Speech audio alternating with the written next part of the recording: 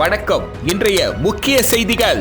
புதுச்சேரி முதல்வர் ரங்கசாமி பிறந்தநாளையொட்டி அவருக்கு குடியரசுத் தலைவர் திரௌபதி முர்மு, பிரதமர் மோடி, மத்திய அமைச்சர்கள், நடிகர் விஜய் ஆகியோர் வாழ்த்துகள் தெரிவித்தனர். காரைக்காலில் அனுமதியின்றி அமைக்கப்பட்ட சோலார் பிளானட்டை அகற்ற மாவட்ட நிர்வாகம் நடவடிக்கை எடுக்க வேண்டும் என விவசாயிகள் கோரிக்கை விடுத்துள்ளனர். புதுச்சேரி ஆளுநராக ஓய்வு பெற்ற IAS அதிகாரியான கைலாசநாதன் ஆகஸ்ட் 7ஆம் தேதி புதுச்சேரியில் ராஜ்நிவாசில் பதவியேற்க உள்ளார். ஆடி அமாவாசையை முன்னிட்டு புதுச்சேரி கடற்கரை சாலையில் உள்ள கடல் பகுதியில் தீர்த்தவாரி நிகழ்ச்சி நடைபெற்றது. புதுச்சேரி முதல்வர் ரங்கசாமி பிறந்தநாளையொட்டி அவருக்கு குடியரசுத் தலைவர் திரௌபதி முர்மு, பிரதமர் மோடி, மத்திய அமைச்சர்கள், நடிகர் விஜய் உள்ளிட்ட பலரும் வாழ்த்துகள் தெரிவித்தனர். அவரது வீட்டில் வாழ்த்து சொல்ல தொண்டர்கள் குவிந்தனர். புதுவை முதல்வர் ரங்கசாமிக்கு இன்று 74 வயது முடிந்து 75 வயது பிறந்தது. முதல்வர் ரங்கசாமியின் பிறந்தநாளை NR காங்கிரசார் தொகுதிதோறும் உற்சாகமாக கொண்டாடி வருகின்றனர். பிறந்தநாளையொட்டி முதலமைச்சர் ரங்கசாமி தனது பெற்றோர் படத்தை வணங்கினார். கோரிமேட்டில் உள்ள சத்குரு ஸ்ரீ அப்பா பைத்திய சுவாமிகள் கோவிலுக்கு ரங்கசாமி வந்தார். கோவிலில் முதல்வர் ரங்கசாமி தீபாரதனை காண்பித்து பூஜை செய்தார். கோரிமேட்டில் உள்ள அவரது இல்லத்தில் NR காங்கிரஸ் நிர்வாகிகள், அதிகாரிகள், தொண்டர்கள் வாழ்த்துக்களை பெற்றார். தொண்டர்கள் கொண்டு வந்த 75 கிலோ கேக் வெட்டினார். முதல்வர் பிறந்தநாளையொட்டி ரங்கசாமிக்கு குடியரசுத் தலைவர் திரௌபதி முர்மு தொலைபேசியில் பிறந்தநாள் வாழ்த்து தெரிவித்தார். இதேபோல் பிரதமர் நரேந்திர மோடி, மாநிலங்களவை தலைவர் ஓம் பிர்லா, மத்திய அமைச்சர்கள் நிதின் கட்காரி, மன்சுக் மாண்டாலியா, மனோகர் லால், முன்னாள் ஆளுநர் தமிழிசை உள்ளிட்ட பலரும் வாழ்த்து தெரிவித்துள்ளனர். தமிழக வெற்றி கழக தலைவரும் நடிகருமான விஜய் போன் மூலம் தொடர்பு கொண்டு ரங்கசாமிக்கு பிறந்தநாள் வாழ்த்துக்களை தெரிவித்தார். பேரவைத் தலைவர் செல்வம், புதுச்சேரி அமைச்சர்கள் நமச்சிவாயம், லட்சுமி நாராயணன், தேனி ஜெயக்குமார், திருமுருகன், சாய் ஜெய் சரவணகுமார், பேரவை துணைத் தலைவர் ராஜவேலு, அரசு கொறடா AKD ஆறுமுகம் உள்ளிட்டோர் வாழ்த்து தெரிவித்தனர். பிறந்தநாளையொட்டி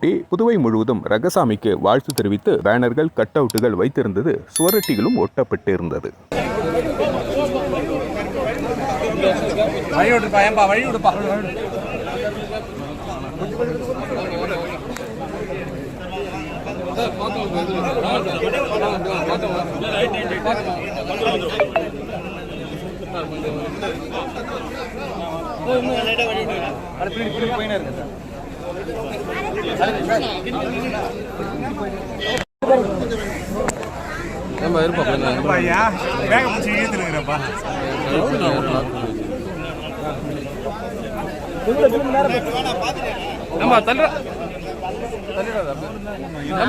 காரைக்காலில் அனுமதியின்றி அமைக்கப்பட்ட சோலார் பிளானட்டை அகற்ற மாவட்ட நிர்வாகம் நடவடிக்கை எடுக்க வேண்டும் என விவசாயிகள் கோரிக்கை விடுத்துள்ளனர். காரைக்கால் மாவட்டம் குடித்த அக்ரஹாரம் புளியந்தோப்பு பகுதியில் கடந்த 6 மாதத்திற்கு முன்பு விளை நிலங்கள் சுத்தம் செய்யப்பட்டு சோலார் பிளானட் அமைப்பதற்கான பணிகள் தொடங்கப்பட்டது. அப்பொழுது அப்பகுதியில் இருந்த பனை மரங்கள் உள்ளிட்ட ஏராளமான மரங்களை பிடுங்கி எறிந்துவிட்டதாக குற்றம் சாட்டு எழுந்தது. அதனைத் தொடர்ந்து கனரக வாகனங்களில் அதிக டன் எடை கொண்ட பொருட்கள் ஏற்றி வரப்பட்டு சோலார் பிளானட் பணிகள் நடைபெற்றது. இந்நிலையில் அப்பகுதியில் கனரக வாகனங்கள் அதிக அளவில் செல்வதால் அங்குள்ள பாலங்கள் விரிசல் அடைந்துள்ளதாகவும் சாலைகள் சேதம் அடைந்துள்ளதாகவும் விவசாயிகள் விளைநிலத்திற்கு போக பாதை இல்லாத சூழ்நிலை நிலவுவதாகவும் கூறி அப்பகுதி விவசாயிகள் வேதனை தெரிவிக்கின்றனர். இதனிடையே அப்பகுதியில் ஆய்வு நடத்திய உள்ளாட்சித்துறை துணை இயக்குனர் சுபாஷ் இது குறித்து மாவட்ட ஆட்சியரிடம் தெரிவித்து உரிய நடவடிக்கை எடுப்பதாக உத்தரவாதம் அளித்தார். அப்பொழுது செய்தியாளர்களை சந்தித்த அப்பகுதி மக்கள் சோலார் பிளானட் மூலம் வெளிப்படும் வெப்பம் காரணமாக விவசாய பயிர்கள் பாதிக்கும் நிலை ஏற்படும் என அச்சம் தெரிவித்தனர். உங்களுக்கு ஏதாவது அப்ஜெக்ஷன் இருக்கானே, எதை கேட்கணுமா, எதுவுமே இல்லை. எப்போ ஆரம்பிக்கிறாங்க, என்ன பர்மிஷன் யார்கிட்ட வாங்கினாங்கன்னு தெரியல. இப்போ எங்களுக்கு பாதிக்கும் போது தான் நாங்கள் வந்து நிற்கிறோம். என்ன பாதிக்குது? இதுக்கு இருக்கப்பட்டு இங்க உள்ள முனிசிபாலிட்டி ஆள் இருக்குல்ல, இங்க பாக்க ஏரியாவுக்கு பாக்குற ஏரியா இன்சார்ஜ் இருக்கான, அவன் என்ன செய்யறாங்க? புதுச்சேரி ஆளுநராக ஓய்வு பெற்ற IAS அதிகாரியான கைலாசநாதன் ஆகஸ்ட் 7ஆம் தேதி காலை 11 மணி அளவில் புதுச்சேரி ராஜ்நிவாசில் பதவியேற்க உள்ளார் என தெரிவிக்கப்பட்டுள்ளது. கடந்த ஜூலை 28ஆம் தேதி குடியரசுத் தலைவர் திரௌபதி முர்மு புதுச்சேரி, மகாராஷ்டிரா உள்ளிட்ட பல்வேறு மாநிலங்களுக்கு புதிய ஆளுநர்களை நியமிக்க உத்தரவிட்டார். அதன்படி குஜராத் மாநிலத்தின் கூடுதல் தலைமை செயலாளராக பணியாற்றி ஓய்வு பெற்ற IAS அதிகாரியான கைலாசநாதன் புதுச்சேரியின் துணைநிலை ஆளுநராக நியமிக்கப்பட்டுள்ளார். ஜார்க்கண்ட் மாநில ஆளுநராகவும் புதுச்சேரியின் துணைநிலை ஆளுநராக கூடுதல் பொறுப்பு வகித்து வந்தவர் CP ராதாகிருஷ்ணன் மகாராஷ்டிரா மாநில ஆளுநராக நியமிக்கப்பட்டார்கள். இந்த நிலையில் புதுச்சேரி ஆளுநராக ஓய்வு பெற்ற IAS அதிகாரியான கைலாசநாதன் ஆகஸ்ட் 7ஆம் தேதி காலை 11 மணி அளவில் புதுச்சேரி ராஜ்நிவாசில் பதவியேற்க உள்ளார் என தெரிவிக்கப்பட்டுள்ளது. மேலும் புதுச்சேரி துணைநிலை ஆளுநராக இருந்த CP ராதாகிருஷ்ணன் மகாராஷ்டிரா ஆளுநராக பொறுப்பேற்றுள்ளார். ஆடி அமாவாசையை முன்னிட்டு புதுச்சேரி கடற்கரை சாலையில் உள்ள கடல் பகுதியில் தீர்த்தவாரி நிகழ்ச்சி நடைபெற்றது. இதில் புதுச்சேரியில் பல்வேறு பகுதிகளில் இருந்து பிரசித்தி பெற்ற சுவாமிகளின் உற்சவர்கள் எழுந்தருளி பக்தர்களுக்கு காட்சியளித்தனர். ஆடி அமாவாசையை முன்னிட்டு புதுச்சேரி கடற்கரை சாலையில் உள்ள கடல் பகுதியில் தீர்த்தவாரி நிகழ்ச்சி நடைபெற்றது. மேலும் சிவன், பெருமாள் சுவாமிகள் ஒன்றாக கடற்கரைக்கு எழுந்தருளி தீர்த்தவாரி நிகழ்ச்சிகள் பங்கேற்றனர். குறிப்பாக இதில் லாஸ்பேட்டை சுப்பிரமணியர் கோவில், ரேணுகா பரமேஸ்வரி அம்மன், சுந்தர சபரீஸ்வரர் கோவில், மணக்குள விநாயகர், காமாட்சி அம்மன், சுந்தர விநாயகர் கோவில், கௌசிக பாலசுப்பிரமணியர், தண்டு முத்து மாரியம்மன், வரதராஜ பெருமாள் கோவில் உள்ளிட்ட பல்வேறு கோவில்களில் இருந்து உற்சவ மூர்த்திகள் புதுச்சேரி கடற்கரை காந்தி திடலுக்கு கொண்டு வரப்பட்டது. தொடர்ந்து சுவாமிகளுக்கு கடலில் தீர்த்தவாரி நிகழ்ச்சியும் நடைபெற்றது. இதனையொட்டி பக்தர்கள் அங்கு திரளாக சுவாமி தரிசனம் செய்தனர். மேலும் ஆடி அமாவாசை முன்னிட்டு கடற்கரையில் ஏராளமானோர் தங்கள் முன்னோர்களுக்கு தர்ப்பணம் கொடுத்தனர். இதேபோல் முன்னோர்களுக்கு தர்ப்பணம் செய்யும் நிகழ்ச்சி சங்கராபரணி தென்பண்ணை ஆற்று கரையோரங்களில் நடைபெற்றது. இதில் ஏராளமானோர் தங்களின் முன்னோர்களுக்கு தர்ப்பணம் கொடுத்தனர். ஆடி அமாவாசை முன்னிட்டு பொதுமக்கள் கடற்கரை மற்றும் ஆற்று கரையோரங்களில் அதிக அளவு கூடுவதால் போலீசார் பாதுகாப்பு பணியில் ஈடுபட்டனர்.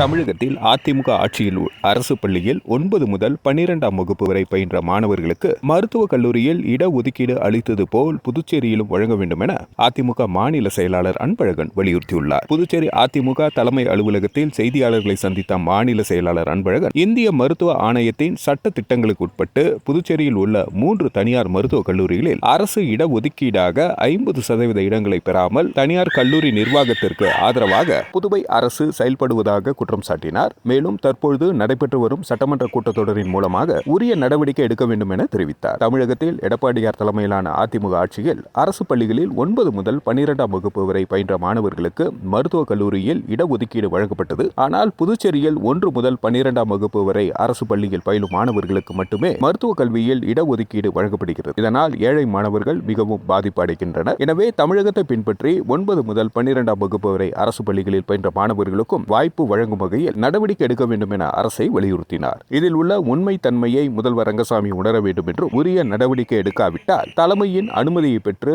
மாணவர் விரோத புதுச்சேரி அரசை கண்டித்து அதிமுக சார்பில் மாபெரும் கண்டன ஆர்ப்பாட்டம் நடைபெறும் என எச்சரிக்கை விடுத்தார். திருநள்ளாறில் உலக பிரசித்தி பெற்ற சனீஸ்வர பகவான் ஆலய நலத்தீர்த்த குளத்தில் யாசகர்களுக்கு வழங்குவதற்காக மறுசுழற்சி முறையில் விற்பனை செய்யப்பட்ட பரிகார உணவுகளை உணவு பாதுகாப்புத்துறை அதிகாரிகள் பறிமுதல் செய்தனர். காரைக்கால் அடுத்த திருநள்ளாறில் உள்ள உலக பிரசித்தி பெற்ற சனீஸ்வர பகவான் ஆலயத்தில் நல தீர்த்த குளத்தில் விற்பனை செய்யப்படும் பரிகார உணவுகள் மறுசுழற்சி முறையில் கெட்டு போய் விற்பனை செய்வதாக உணவு பாதுகாப்புத்துறையினருக்கு பலமுறை புகார் வந்தது. இதனையடுத்து இன்று உணவு பாதுகாப்புத்துறை அதிகாரிகள் திருநள்ளாறு நலத்தீர்த்த குளம் பகுதியில் மறுசுழற்சி முறையில் விற்பனைக்காக வைத்திருந்த ஆயிரக்கணக்கான உணவு பட்டலங்களை பறிமுதல் செய்து அதை அழித்தும் கெட்டுப்போன உணவை விற்பனை செய்த 10க்கும் மேற்பட்ட வழக்கு பதிந்து அதிரடி நடவடிக்கை எடுத்துள்ளனர்.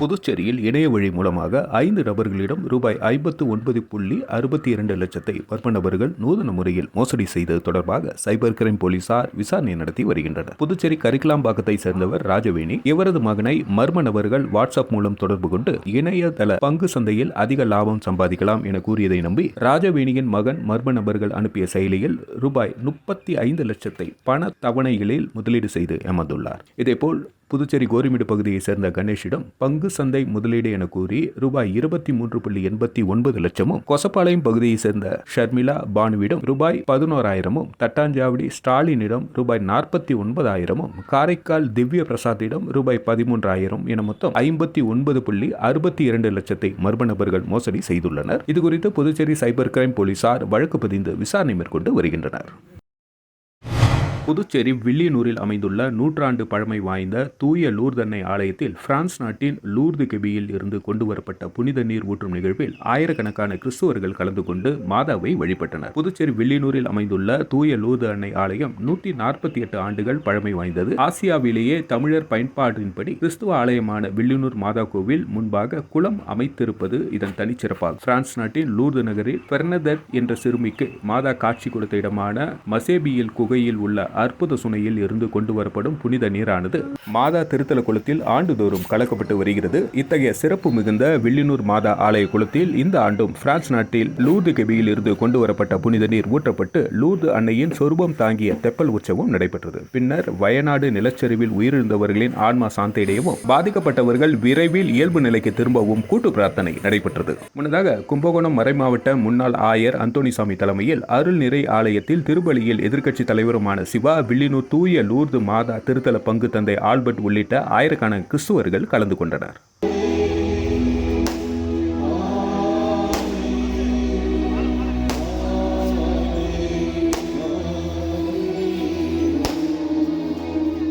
இப்பொழுது ஜெபமாலை தொடங்கப்படும். பேர் பவனின் போது தயவு செய்து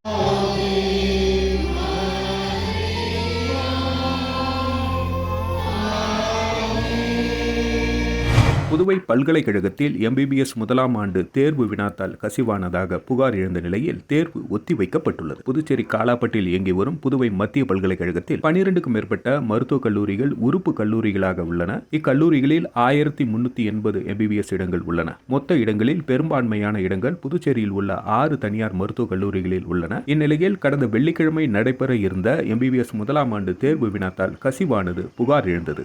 இது தொடர்பாக தனியார் கல்லூரி பேராசிரியர் ஒருவர் பல்கலைக்கழக நிர்வாகத்திடம் புகார் அளித்தார். இதையடுத்து MBBS தேர்வு ஒத்தி வைக்கப்படுவதாக அறிவிக்கப்பட்டுள்ளது. ஒத்தி வைக்கப்பட்ட MBBS தேர்வு நடைபெறும் தேதி பின்னர் அறிவிக்கப்படும் என்று பல்கலைக்கழக நிர்வாகம் தெரிவித்துள்ளது. புதுச்சேரியில் ஆதி திராவிட நலத்துறை மூலம் வில்லியனூர் தொகுதிக்குட்பட்ட 25 பயனாளிகளுக்கு தொடர் நோயை குணப்படுத்துவதற்கான நிதி உதவினை எதிர்க்கட்சித் தலைவர் சிவா வழங்கினார். புதுச்சேரி அரசின் ஆதி திராவிட நலம் மற்றும் பழங்குடியினர் நலத்துறை மூலம் வில்லியனூர் தொகுதியை சேர்ந்த 25 பயனாளிகளுக்கு தொடர் நோயை குணப்படுவதற்கான நிதி உதவியினை அவரவர் வங்கிக் கணக்கில் செலுத்துவதற்கான ஆணையினை வில்லியனூர் தொகுதி சட்டமன்ற உறுப்பினர் அலுவலகத்தில் நடைபெற்றது. இதில் தொகுதி சட்டமன்ற உறுப்பினரும் எதிர்க்கட்சித் தலைவருமான சிவா கலந்து கொண்டு பயனாளிகளுக்கு ஆணையை வழங்கினார். இந்த நிகழ்ச்சியில் துறை அதிகாரிகள், தொகுதி திமுக நிர்வாகிகள் உட்பட பலர் கலந்து கொண்டனர். புதுச்சேரி முதலமைச்சர் ரங்கசாமி பிறந்த நாள் காரைக்காலில் அமைச்சர் திருமுருகன் தலைமையில் கொண்டாடப்பட்டது. புதுச்சேரி முதலமைச்சர் ரங்கசாமியின் 75வது பிறந்தநாள் இன்று கொண்டாடப்படுகிறது. இதனையொட்டி காரைக்கால் மைய பகுதியில் உள்ள ஏழை மாரியம்மன் கோவிலில் அமைச்சர் PRN திருமுருகன் தலைமையில் சிறப்பு அபிஷேக ஆராதனைகள் நடைபெற்றது. அதனைத் தொடர்ந்து பட்டாசு பிடித்தும் இனிப்புகள் வழங்கியும் பிறந்தநாள் சிறப்பாக கொண்டாடப்பட்டது. பின்னர் பொதுமக்களுக்கு அன்னதானம் வழங்கப்பட்டது. முதலமைச்சர் நீண்ட ஆயுளோடு வாழ வேண்டி 108 தேங்காய் உடைக்கப்பட்டது. இந்த நிகழ்ச்சியில் அமைச்சர் PRN திருமுருகன் ஆதரவாளர்கள் மற்றும் NR காங்கிரஸ் பிரமுகர்கள் கலந்து கொண்டனர்.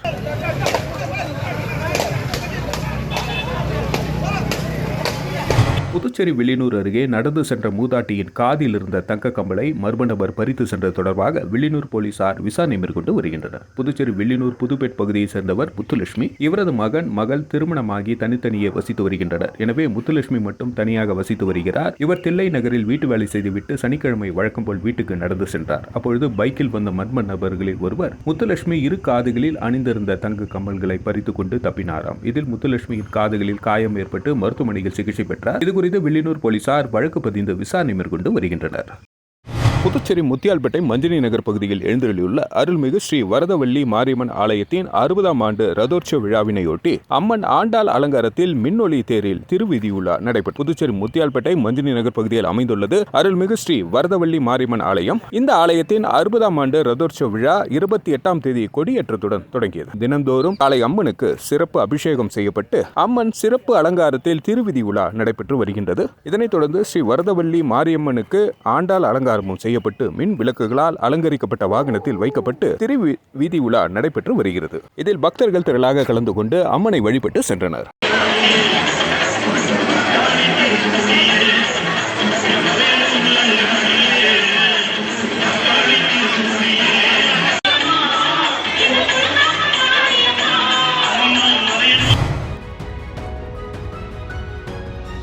புதுச்சேரி முதல்வர் ரங்கசாமி பிறந்தநாளையொட்டி அவருக்கு குடியரசுத் தலைவர் திரௌபதி முர்மு, பிரதமர் மோடி, மத்திய அமைச்சர்கள், நடிகர் விஜய் ஆகியோர் வாழ்த்துகள் தெரிவித்தனர்.